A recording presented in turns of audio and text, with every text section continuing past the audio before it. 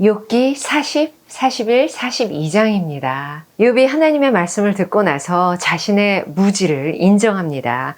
나는 비천합니다. 손으로 내 입을 가릴 뿐이로소이다. 내가 다시는 더 대답하지 아니하겠나이다. 하면서 손으로 입을 막고 패배를 인정하는 거죠. 하지만 하나님께서는 질문을 멈추지 않으십니다. 다시 폭풍우 가운데서 욥에게 말씀하시죠. 베헤못과 리워야단에 대해서 이야기를 하시는데, 베헤못은 하마로 볼 수도 있고 리워야단은 악어로 볼 수도 있다고 합니다. 두 번째 하나님의 말씀을 듣고 나서 욥은 완전히 항복합니다. 하나님은 못하실 일도 없으시고 무슨 계획이든지 못 이루실 것도 없는 줄 압니다. 자신이 잘 알지도 못하면서 함부로 말했다고 공식적으로 하나님께 잘못을 시인하며 회개하는 거죠.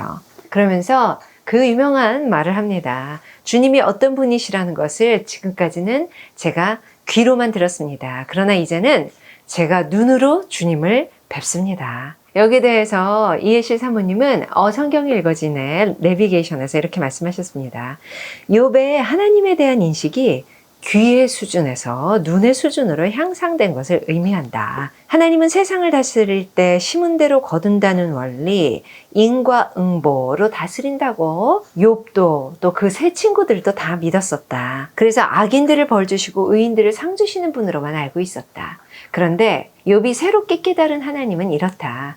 그 인과응보의 원리를 뛰어넘으셔서 때로는 의인들에게도 고난을 주시는 분, 또 악인들에게도 은혜를 베푸시는 하나님으로 인식하게 된 것이다. 이것은 사실 복음이다. 죄인들도 은혜의 원리에 의하여 심판을 면하고 구원을 받을 수 있다는 것이다. 그런 점에서 욥기는 복음서 원리를 머금고 있다 라고 적어주셨습니다. 하나님은 그렇게 말씀하시고 나서 인과응보의 원리로 세상을 다스린다고 고집스럽게 주장했던 욥의 세 친구들을 책망하십니다. 그리고는 번제를 드리라고 말씀하시고 욥이 그 친구들이 너는 악인이기 때문에 이렇게 벌을 받는 거야 했던 그 욥이 이 친구들을 위해서 중보기도를 해야 용서를 받을 수 있다 라고 말씀해 주십니다. 그래서 욥은 친구들을 위해 기도를 해줍니다.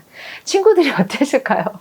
자신들이 알지도 못하고 막 떠들던 그야말로 인과응보의 논리로 죄인 취급했던 욥이 자신들을 위해서 중보기도를 해주니까요. 얼마나 미안하고 민망하고 부끄럽고 또 두렵기도 했을까요? 이렇게 해서 욥은 욥의 말년에 처음보다 더 큰 복을 하나님께로부터 받게 됩니다. 또 자녀들도 다시 생기고요. 그 후로 140년을 살면서 아들과 손자 4대를 보게 되었대요.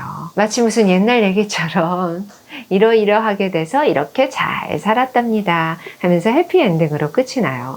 이해실 사모님은 또 이렇게 말씀하셨습니다. 권선징악의 차원으로 보면 지금까지 욥을 읽어온 것은 허사다. 한 인간의 여정 속에 복음을 깨닫는 것이 최고의 가치다라는 것으로 끝나야 한다. 고난과 역경을 통해 결국 진리, 복음을 손에 쥔 자만 진정한 승리자라는 것이다. 행위로 말미암지 않고 은혜의 하나님을 깨닫는 것, 그것이 바로 신앙이다 라고 하셨습니다. 네, 이렇게 해서 욥이 끝났습니다. 근데 욥만 끝난 게 아니고요. 구약이 다 끝났어요. 와! 정말 여러분 수고하셨습니다. 혹시 진짜 한 번도 빠지지 않고 구약을 저와 함께 처음부터 창세기부터 창출민수 사사망대라는 이 순서로 끝까지 함께 해주신 분들 계신가요? 와, 진짜 수고 많으셨습니다. 쉽지 않으셨을 텐데 정말 장하십니다. 여러분들 진심으로 축하드립니다. 우리 서로에게, 자신에게 박수 쳐줘요. 장하십니다. 하나님이 정말 기뻐하실 거예요. 감사합니다. 축복합니다.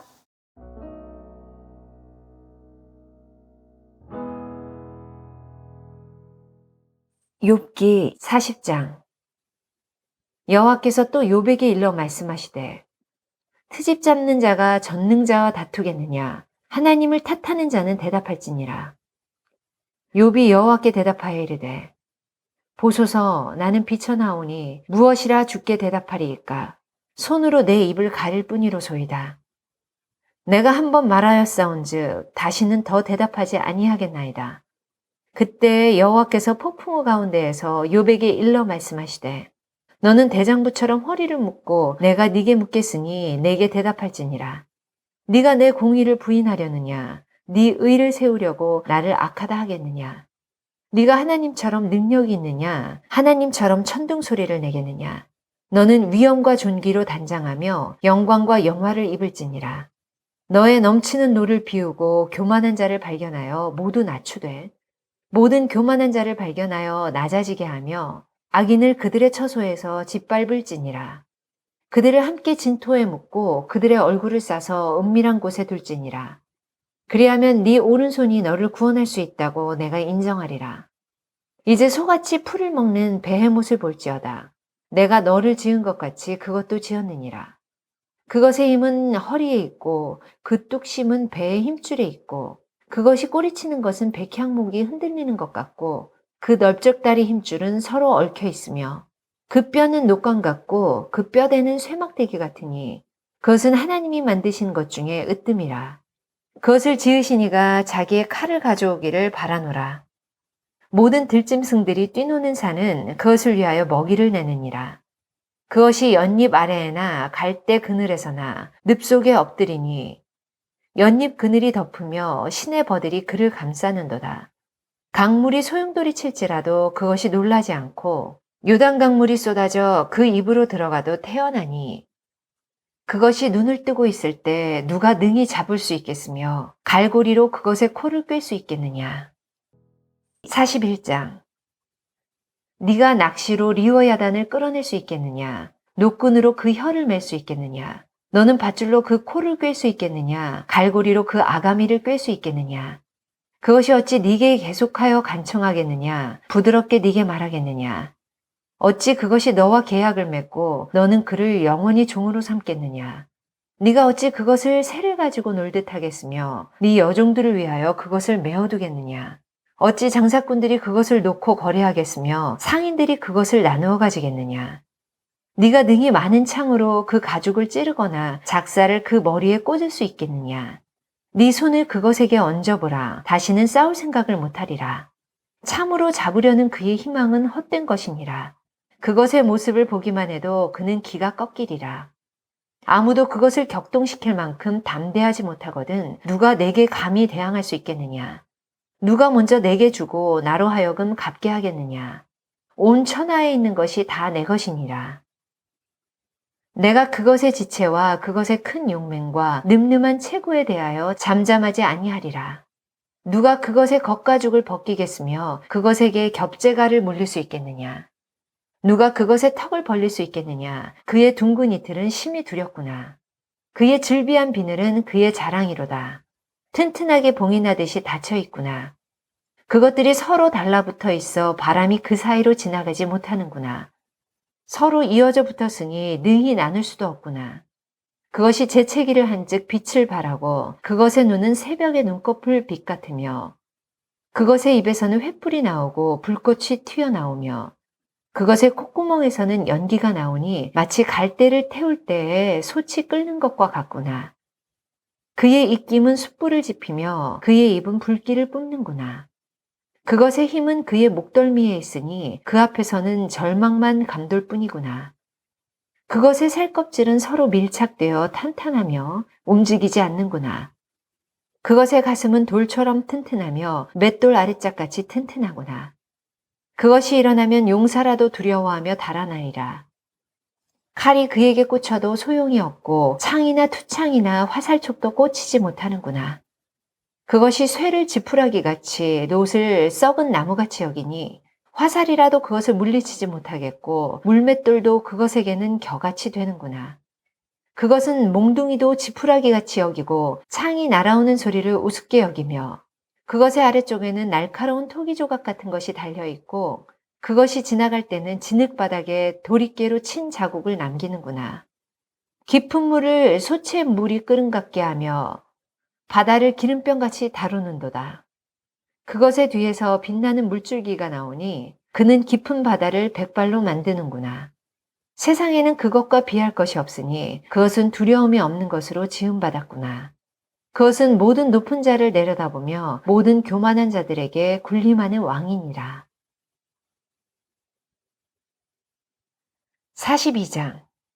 욥이 여호와께 대답하여 이르되 주께서는 못하실 일이 없사오며 무슨 계획이든지 못 이루실 것이 없는 줄 아오니 무지한 말로 이치를 가리는 자가 누구니이까.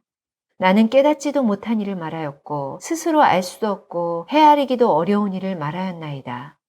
내가 말하겠사오니 주는 들으시고 내가 주께 묻겠사오니 주여 내게 알게 하옵소서. 내가 주께 대하여 귀로 듣기만 하였사오나 이제는 눈으로 주를 배웁나이다. 그러므로 내가 스스로 거두어드리고 티끌과 재 가운데에서 회개하나이다. 여호와께서 욥에게 이 말씀을 하신 후에 여호와께서 대만 사람 엘리바스에게 이르시되 내가 너와 네 두 친구에게 노하나니 이는 너희가 나를 가리켜 말한 것이 내 종 욥의 말같이 옳지 못함이니라. 그런즉 너희는 수소 7과 수량 7을 가지고 내 종 욥에게 가서 너희를 위하여 번제를 드리라. 내 종 욥이 너희를 위하여 기도할 것인즉 내가 그를 기쁘게 받으리니 너희가 우매한 만큼 너희에게 갚지 아니하리라. 이는 너희가 나를 가리켜 말한 것이 내 종 욥의 말같이 옳지 못함이라. 이에 대만 사람 엘리바스와 수아 사람 빌닷과 나아마 사람 소발이 가서 여호와께서 자기들에게 명령하신 대로 행하니라. 여호와께서 욥을 기쁘게 받으셨더라. 욥이 그의 친구들을 위하여 기도할 때 여호와께서 욥의 공경을 돌이키시고 여호와께서 욥에게 이전 모든 소유보다 갑절이나 주신지라. 이에 그의 모든 형제와 자매와 이전에 알던 이들이 다 와서 그의 집에서 그와 함께 음식을 먹고 여호와께서 그에게 내리신 모든 재앙에 관하여 그를 위하여 슬퍼하며 위로하고 각각 캐시타 하나씩과 금고리 하나씩을 주었더라. 여호와께서 욥의 말년에 욥에게 처음보다 더 복을 주시니 그가 양 14,000과 낙타 6,000과 소 1,000결이와 암나귀 1,000을 두었고 또 아들 7과 딸 3을 두었으며 그가 첫째 딸은 여미라라 이름하였고 둘째 딸은 그시아라 이름하였고 셋째 딸은 게렌 합북이라 이름하였으니 모든 땅에서 욥의 딸들처럼 아리따운 여자가 없었더라. 그들의 아버지가 그들에게 그들의 오라비들처럼 기업을 주었더라. 그 후에 욥이 140년을 살며 아들과 손자 4대를 보았고 욥이 늙어 나이가 차서 죽었더라. 아멘.